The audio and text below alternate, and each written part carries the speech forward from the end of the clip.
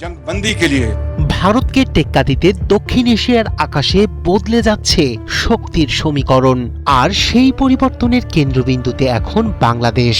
পাকিস্তানের আলোচিত fighter jet JF থান্ডারের simulator পেয়েছে বাংলাদেশ। এটির মাধ্যমে বাংলাদেশি পাইলটরা এ যুদ্ধবিমান চালানোর প্রশিক্ষণ নিতে পারবেন। এ ঘটনা ইঙ্গিত দিচ্ছে বাংলাদেশ বিমান বাহিনী পাকিস্তানের অত্যাধুনিক জেএফ-17 ব্লক 3 কমব্যাট ফাইটার জেট কেনার কাছাকাছি। প্রতিরক্ষা বিশ্লেষকরা বলছেন এটি শুধু সামরিক সহযোগিতা নয়, বরং বাংলাদেশ বিমান বাহিনীর ভবিষ্যৎ যুদ্ধ ক্ষমতার বড় ইঙ্গিত। আধুনিক রাডার, দূরপাল্লার ক্ষেপণাস্ত্র আর উন্নত যুদ্ধ প্রযুক্তিতে সজ্জিত জেএফ-17 ব্লক 3 যুক্ত হলে বদলে যেতে পারে আঞ্চলিক শক্তির ভারসাম্য। বিশ্লেষকরা বলছেন এর মাধ্যমে নতুন যুগে প্রবেশ করতে যাচ্ছে বাংলাদেশের বিমান প্রতিরক্ষা ব্যবস্থা। অত্যাধুনিক জঙ্গি বিমান আসবে অবশ্যই, এবং এই ব্যাপারে পাকিস্তানের তৈরি চতুর্থ প্রজন্মের যুদ্ধবিমান জেএফ-17 থান্ডার ব্লক 3 ঘিরে নতুন করে আলোচনায় এসেছে বাংলাদেশ।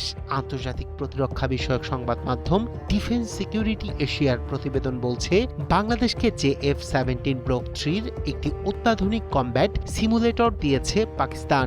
এটি কেবল প্রশিক্ষণ সহযোগিতা নয়, বরং সম্ভাব্য যুদ্ধবিমান ক্রয় চুক্তিরও ইঙ্গিত হতে পারে বলে ধারণা করছেন বিশ্লেষকরা। প্রতিবেদনে বলা হয়, সাধারণ কোনো দেশ যখন নতুন যুদ্ধবিমান কেনার চূড়ান্ত পর্যায়ে পৌঁছে যায়, তখনই সেই দেশের পাইলটদের প্রশিক্ষণের জন্য উন্নত মানের কমব্যাট সিমুলেটর সরবরাহ করা হয়।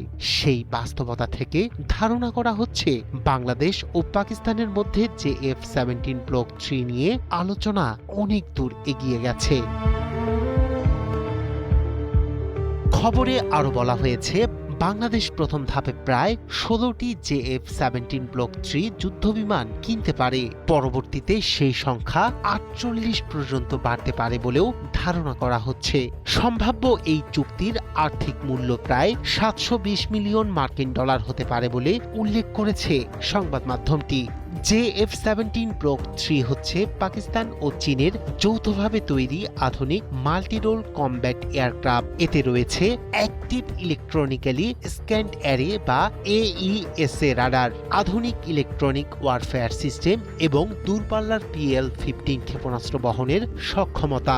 বিশেষজ্ঞদের মতে এই প্রযুক্তিগুলো যুদ্ধবিমানটিকে বিয়ন্ড ভিজুয়াল রেঞ্জ বা চোখের আড়াল থেকেও লক্ষ্যবস্তুতে আঘাত হানতে সক্ষম করে। বিশ্লেষকরা বলছেন বাংলাদেশ বিমান বাহিনীর বর্তমান বহরে থাকা পুরনো F-7 এবং কিছু MiG-29 যুদ্ধ বিমানের বিকল্প খুঁজছে সরকার। ফোর্সেস গোল 2030-এর আওতায় বিমান বাহিনীর আধুনিকায়ন পরিকল্পনার অংশ হিসেবেই নতুন প্রজন্মের যুদ্ধ বিমান কেনার আলোচনা সামনে এসেছে। তবে বিষয়টি নিয়ে এখনো আনুষ্ঠানিকভাবে কিছু জানায়নি বাংলাদেশ সরকার বা বিমান বাহিনী। পাকিস্তানের পক্ষ থেকেও কোনো চূড়ান্ত চুক্তির ঘোষণা আসেনি। ফলে পুরো বিষয়টি এখনো আলোচনায় এবং কৌশলগত পর্যবেক্ষণের মধ্যেই সীমাবদ্ধ রয়েছে। রায়হান কবির শুভ্র, ৭১।